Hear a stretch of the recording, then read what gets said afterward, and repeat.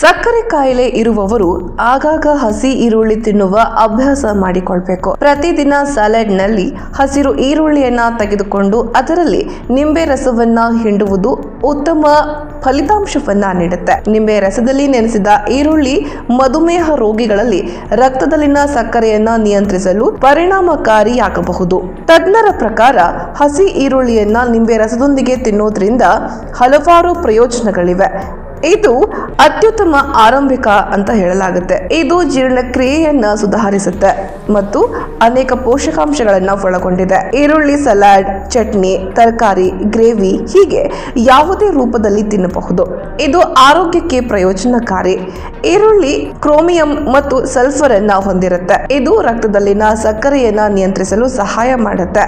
ನಿಂಬೆ ರಸದಲ್ಲಿ vitamin C ಮತ್ತು vitamin A ಸಮೃದ್ಧವಾಗಿದೆ. ಇದರ ಬ್ಯಾಕ್ಟೀರಿಯಾ ವಿರೋಧಿ ಗುಣಗಳು ಕೂಡ ಸೋಂಕುಗಳಿಂದ ರಕ್ಷಿಸುತ್ತೆ. ಮೆದೋಜೀರಕ ಗ್ರಂಥಿಯಲ್ಲಿ ಇನ್ಸುಲಿನ್ ಉತ್ಪಾದನೆಯನ್ನ ಹೆಚ್ಚಿಸಲು ಹಸಿ ಈರುಳ್ಳಿ ಸಹಾಯ ಮಾಡುತ್ತದೆ. ಇದನ್ನ ಸೇವಿಸೋದ್ರಿಂದ ರಕ್ತದಲ್ಲಿನ ಸಕ್ಕರೆ ಅಂಶವನ್ನ ನಿಯಂತ್ರಣಕ್ಕೆ ತರಬಹುದು. ನಿಂಬೆ ರಸದಲ್ಲಿ ನೆನೆಸಿದ ಈರುಳ್ಳಿಯನ್ನ ತಿಂದರೆ ಸಕ್ಕರೆಯ ಮಟ್ಟವು ತಕ್ಷಣವೇ ಕಡಿಮೆಯಾಗುತ್ತೆ. ಅಡುಗೆ ಮನೆಯನ್ನ ಸೂಕ್ಷ್ಮವಾಗಿ ಗಮನಿಸಿದ್ರೆ ಆಗ ಹಲವಾರು ಬಗೆಯ ಮನೆಮದ್ದುಗಳು ಕಾಣಲು ಸಿಗುತ್ತೆ. ನಾವು ನಿತ್ಯವೂ ಅಡುಗೆಯಲ್ಲಿ ಬಳಕೆ ಮಾಡುವಂತಹ ಈರುಳ್ಳಿ ಸಾಕಷ್ಟು ಸಹಾಯಕಾರಿಯಾಗಿದೆ. ಇದರಲ್ಲಿ ಒಂದು ಈರುಳ್ಳಿ ಯಾವುದೇ ಖಾದ್ಯಕ್ಕೆ ಒಳ್ಳೆಯ ರುಚಿ ನೀಡುತ್ತೆ. ಮಾತ್ರವಲ್ಲದೆ ಆರೋಗ್ಯಕ್ಕೂ ಕೂಡ ಇದು ಒಳ್ಳೆಯದು. ಈರುಳ್ಳಿಯಲ್ಲಿ ಹಲವಾರು ಬಗೆಯ ಪೋಷಕಾಂಶಗಳಿದ್ದು ಆರೋಗ್ಯ ಕಾಪಾಡಿಕೊಳ್ಳೋದಕ್ಕೆ ಪ್ರಮುಖ ಪಾತ್ರವನ್ನ ವಹಿಸುತ್ತೆ.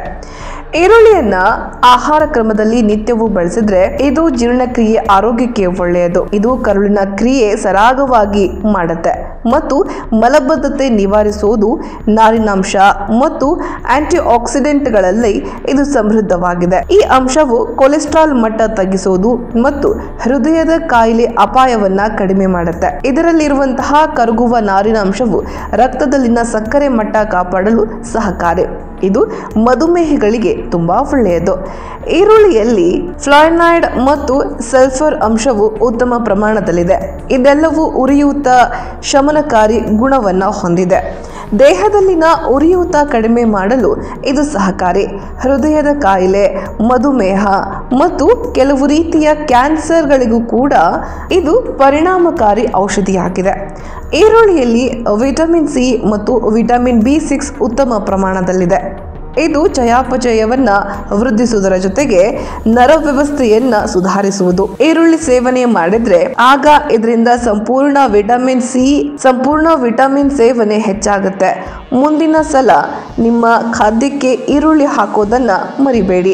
ಈರುಳ್ಳಿಯಲ್ಲಿ ಇನ್ಸುಲಿನ್ ಎನ್ನುವಂತಹ ನಾರಿನಾಂಶ ಇದೆ. ಇದು ಪ್ರಿಬಯೋಟಿಕ್ ಆಗಿ ಕೂಡ ಕೆಲಸ ಮಾಡುತ್ತೆ. ಇನ್ನು ಪ್ರಿಬಯೋಟಿಕ್ ಹೊಟ್ಟೆಯಲ್ಲಿನ ಬ್ಯಾಕ್ಟೀರಿಯಾಗೆ ರಾಮಬಾಣ ಅಥವಾ ಲಾಭದಾಯಕ ಅಂತ ಹೇಳಬಹುದು.